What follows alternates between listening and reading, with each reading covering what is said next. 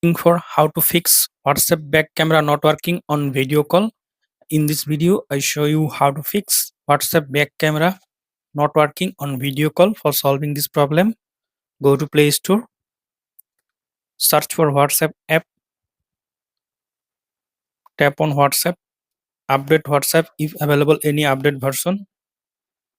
Now go to settings, tap on settings, scroll down, tap on apps. Now search for WhatsApp,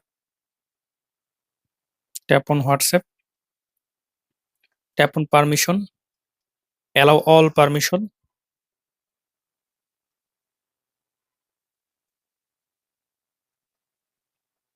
Now scroll down, tap on storage, tap on clear cache. Now tap on force stop. Okay. Now go back to home screen. Now restart your phone.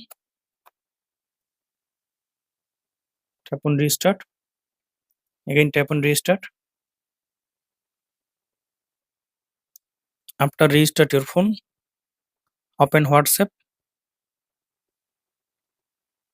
Now call someone. Tap on video call.